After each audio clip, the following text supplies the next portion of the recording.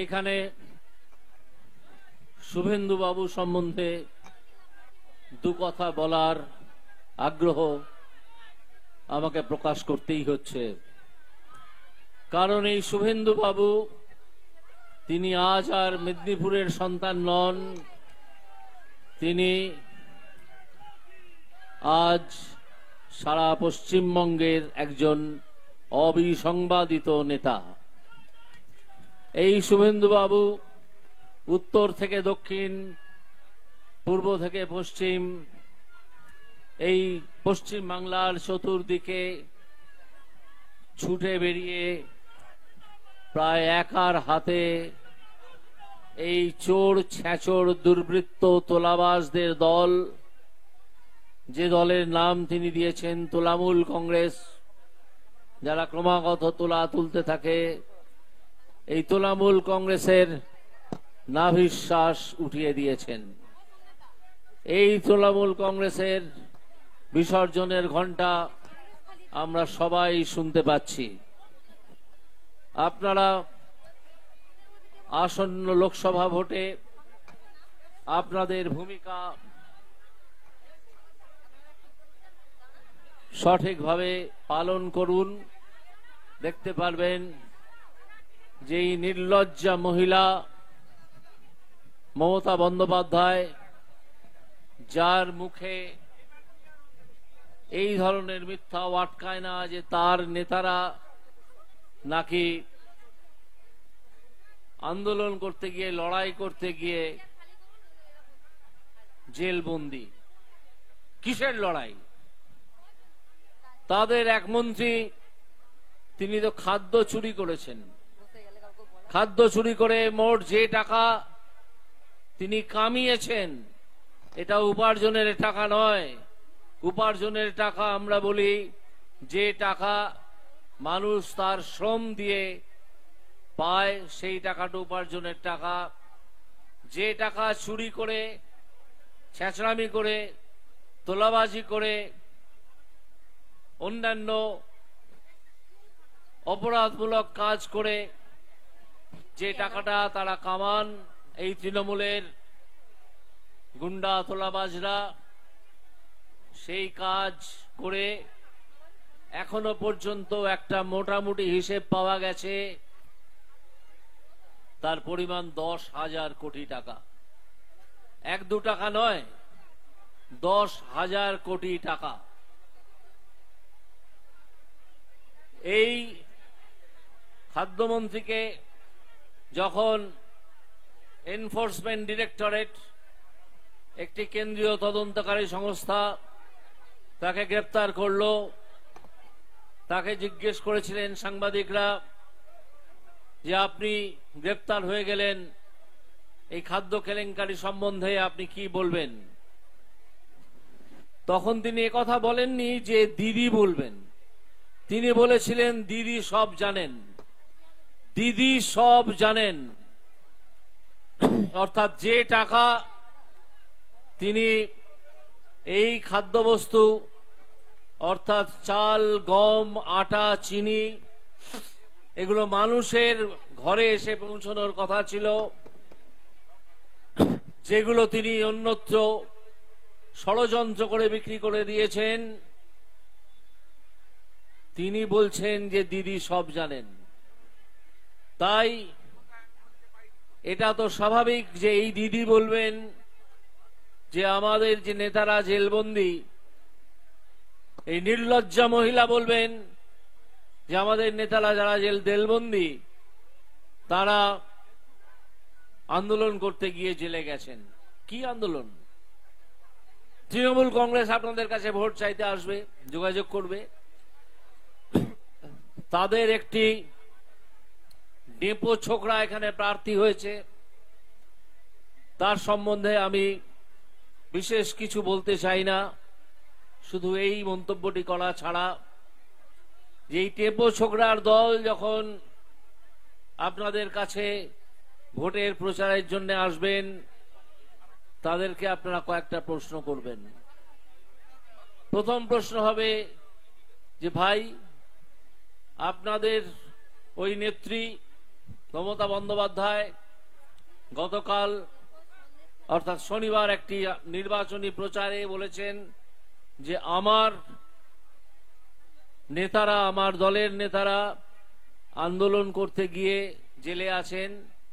তো কি ধরনের আন্দোলন তারা করেছিলেন, কোন আন্দোলনে তারা ছিলেন? এটা কি চুরির আন্দোলন? এটা কি খাদ্যবস্তু বাইরে বিক্রি করে দেওয়ার আন্দোলন? এটা কি চাকরি বিক্রি করে দেওয়ার আন্দোলন? আপনারা জেনে রাখুন, এই সব চাকরি বিক্রি করে দেওয়ার জন্য, পুরসভার চাকরি বিক্রি করে দেওয়ার জন্য অযোগ্য প্রার্থীদের কাছে লাখ লাখ টাকার বিনিময়ে তারা প্রচুর ধন উপার্জন করেছেন, প্রচুর টাকা তারা কামিয়েছেন। এই প্রশ্ন তাদেরকে করবেন যে আমাদের বাড়ির ছেলেগুলোর চাকরি কোথায় গেল?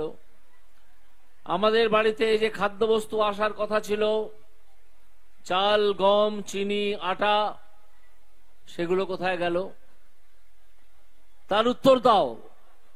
সেই উত্তর দিতে এই তৃণমূল কংগ্রেসের যে দালালরা ভোট চাইতে আসবে তাদেরকে জিজ্ঞাসা করবেন।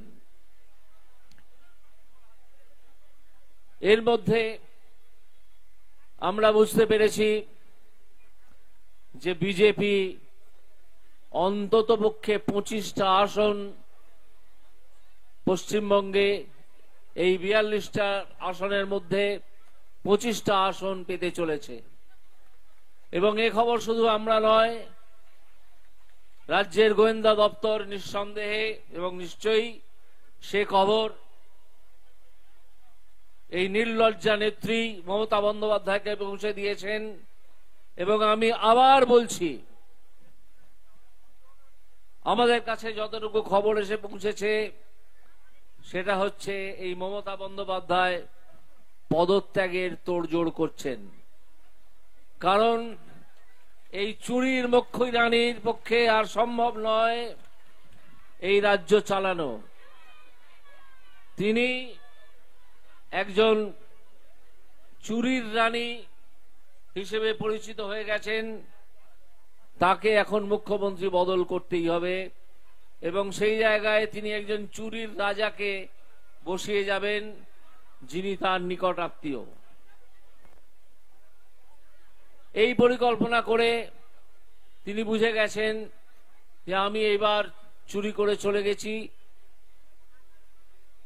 হিমালয়, আমার আত্মীয়কে বসিয়ে গেছি, বাকি চুরি চামারিটুকু সে করবে। আপনারা সন্দেশখালীর ঘটনা জানেন। এখানে শুভেন্দুবাবু উপস্থিত হয়েছেন। আমি আমার বক্তব্য দীর্ঘায়িত করব না। এই বিষয়ে শুভেন্দুবাবু নিশ্চয়ই আপনাদেরকে জ্ঞাত করবেন যে এই যে সন্দেশখালীর মুকুটহীন সম্রাট শাহজাহান, যাকে তাদের নেতারা আখ্যা দিয়েছিলেন সন্দেশখালীর বাঘ, সে আজ কেন জেলখানায় ছাগলের মতো চড়ে বেড়াচ্ছে? বাঘ যখন ছাগলের মতো চড়ে বেড়ায় তখন বুঝতে হয় যে একটা গন্ডগোল কিছু আছে, না হলে বাঘ ছাগলে পরিবর্তন হয় না। বাঘ ছাগলে এই যে পরিণত হয়েছে, এনফোর্সমেন্ট ডিরেক্টরের হাতে চলে যাওয়ার পরে রাজ্যের পুলিশ তাকে আড়াল করে 58 দিনের বেশি রেখে দিয়েছিল, কিন্তু শেষকালে হাইকোর্টের চাপে তার পারেনি, তাকে গ্রেপ্তার করতেই হয়েছিল। তারপর সে ইডির জিম্মায় চলে যায়। এখন সে রোজ হাহুতাশ এবং কান্নাকাটি করে। তার পাশে তার নেতৃত্ব আর নেই। তিনি পঞ্চায়েতের একটা কর্মাধ্যক্ষ ছিলেন, সেই পদ থেকে তার দল তাকে সরিয়ে দিয়ে নিজেদের মুখ বাঁচাতে চাইছে বা পিঠ বাঁচাতে চাইছে।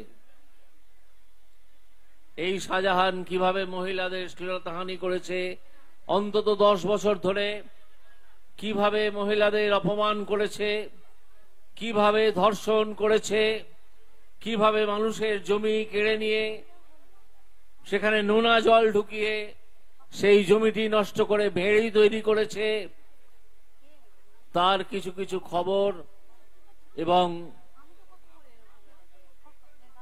টিভির সংবাদ আপনারা শুনেছেন এবং পড়েছেন। এই দুর্বৃত্তদের আপনারা পাহারা দেবেন, যাতে কেউ একটা ভোটও জাল ভোট দিতে না পারে বা একটা ভোটও অন্যভাবে ফলস ভোট দিতে না পারে মৃত মানুষের নামে বা অনুপস্থিত মানুষের নামে। এবং প্রচার করবেন যে এই মমতাকে একটি ভোটও নয়। আমি আমার বক্তব্য আর দীর্ঘায়িত করব না। আমি আপনাদের সকলের কাছে আবার প্রণাম জানিয়ে আবার একটি কথা, অর্থাৎ ইসকি বার 400 পারের স্লোগান তুলে বলতে চাইব যে আপনারা এমন ব্যবস্থা করবেন, যারাই যেখানে থাকুন, যে দায়িত্বেই থাকুন, যাতে একটা জাল ভোটও এই নির্লজ্জ নেত্রীর দল আসন্ন লোকসভা ভোটে দিতে না পারে। আমার প্রণাম জানুন। এই বলে আমি আমার বক্তব্য শেষ করছি।